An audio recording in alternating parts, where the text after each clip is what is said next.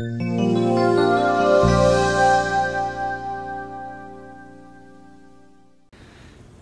I'm here at RefComm 2022. My name is Evan Hyde, the trainer for the fundamentals training here at the conference, and I'm with my colleague Mitch Moloney, who taught the advanced troubleshooting and design course. Hi, Mitch. Hello. Good talking with you, Evan. Thank you, sir. Thank you, sir. So we just wanted to give you guys a little bit of a background introduction about our two courses, so you know a little bit more about it, and if you want to attend, and if it makes sense for you in your career. So again, I taught the fundamentals.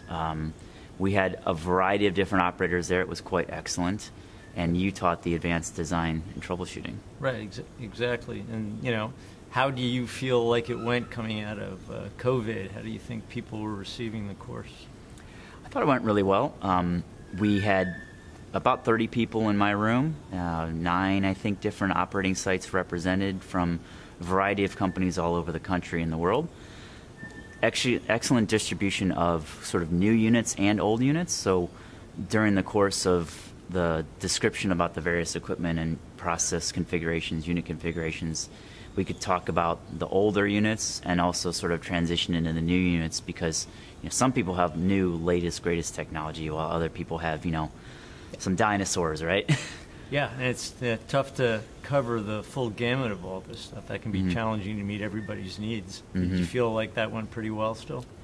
It's always a challenge. I mean, we had folks in there that were very new to the delayed coker. They had less than, I think, a month in some cases of operating experience, and then some other folks that had been there for 4 or 5 years. We had sort of a range of experience levels in terms of training too. So we had process operators, field guys worked on the console. We had some engineers, both process and mechanical and reliability folks, and then we also had some salespeople there that come to the conference. They just want to know a little bit more about how the coker runs, how to interact with their clients a little bit better. Right. And it's just so you run the gamut of experience levels. So you kind of have to work that angle. Right. And how do you think the group dynamic was? You think you had a lot of interchange and conversation? Yeah, we do a lot of group exercises. I think, we try not to do death by PowerPoint for the full 2 days. Okay.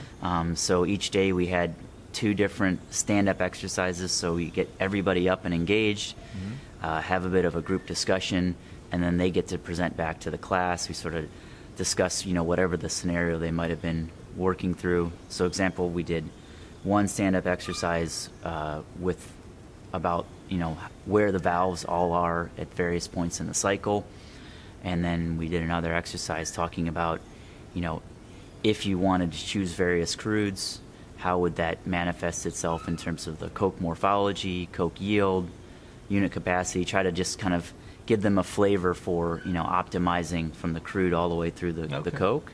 And then the last one was our abnormal drum or tari drum exercise. So it's good fun. Yeah, sounds like you were teaching the advanced course, actually.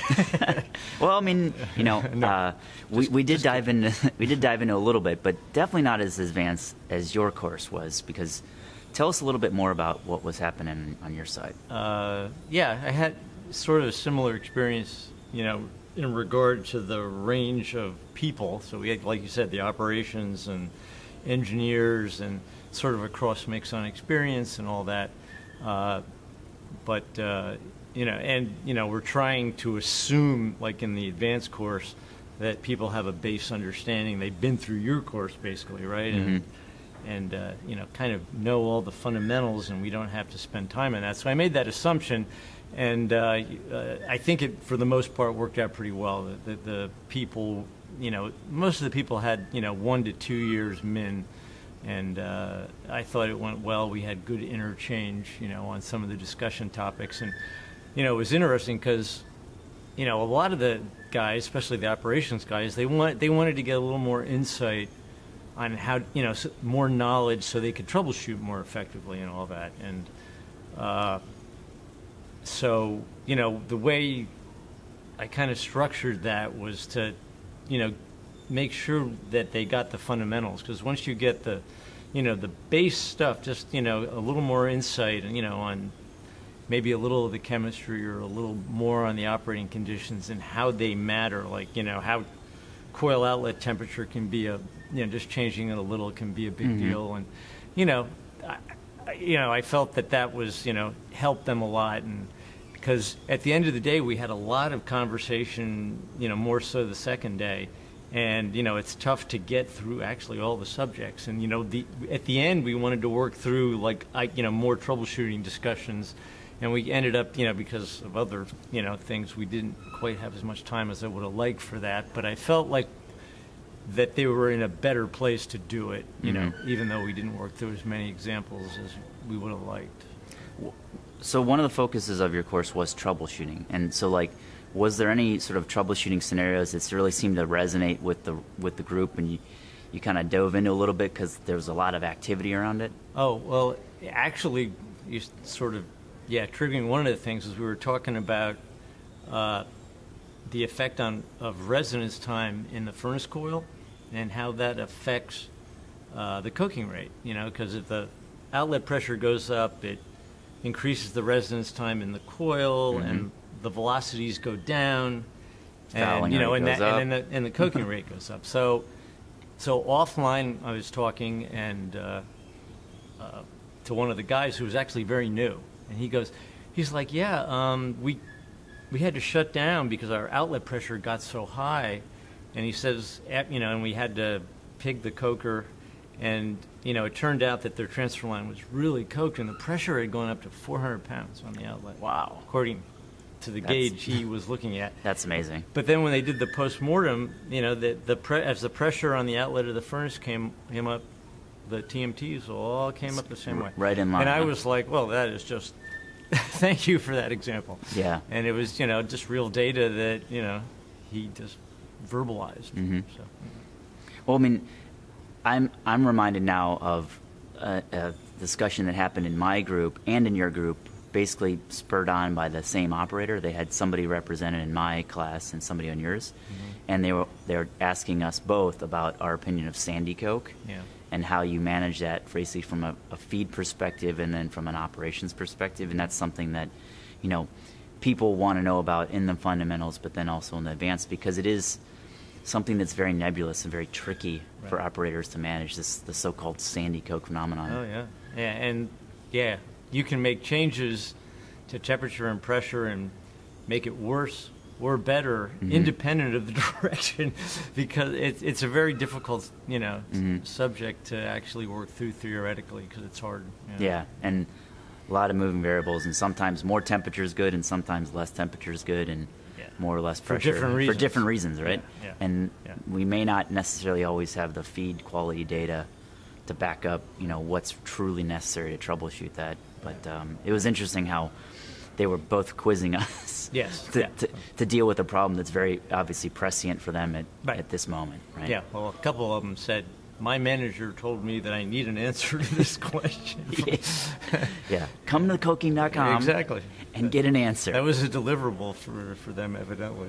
And hopefully they brought something back useful. Yeah, hopefully we gave them something useful. Yeah.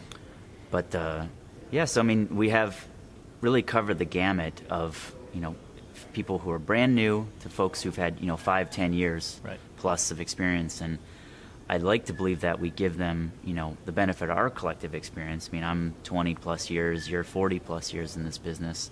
So, we've seen a lot of things. And one final question I have for you is, did you encounter any information during the course of delivering the training material that you learned something? Because I always learn something when I do these courses. All right, so I'll answer that, and then you can tell me if you did. I did, and I was really happy about it too. I was talking to an operations guy, and we were talking about when do we get out of how do we operate the cycle? Do we operate switch on time, or do we switch on level? And he says, I don't do either of those. And I was like, okay. I said, I didn't know there was a third option. And he goes, we switch on warm-up temperature. So as soon as we hit our warm-up temperature, that's when we switch. Okay. And he's on a 2-drum coker. Oh, right? yeah. So he's a 2-drum coker. It's not a 4 or 6. So you can do that. Right, you have that luxury. Yeah. But it was funny, and because we subsequently talked about, well, do you think that's optimum?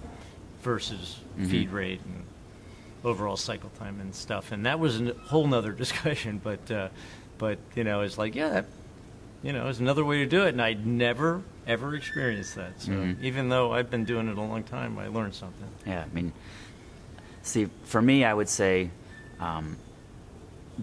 with, especially here in the Gulf Coast, with the fact that people are running, you know, a lot of these very light crudes, and, you know, they're basically taking some of these cokers that used to be run, you know, 4-drum cokers used to be run at very high capacities. Now they're running 2 drums at a time, and, you know, they're having the challenges that come along with some of these light feeds, you know, furnace fouling and whatever. But they've actually elected to have an interesting strategy where they're trying to really maximize the availability of the unit by basically running modules at a time. So they'll run, you know, one module for a quarter, and then they'll switch over to the other one and then run that for another quarter, because they're saying, okay, well, we just want to extend the health of our equipment as long as possible, but then also kind of keep it, you know, if you don't run it for a long time, oh, you got to mothball it. Yeah, or something. you know, all the crazy stuff happens, right? So, you know, hopefully this is transitory and they get back to running, you know, max capacity and making a lot of money, but you know, running it is in sort of like this batch module mode is something that I haven't heard people doing.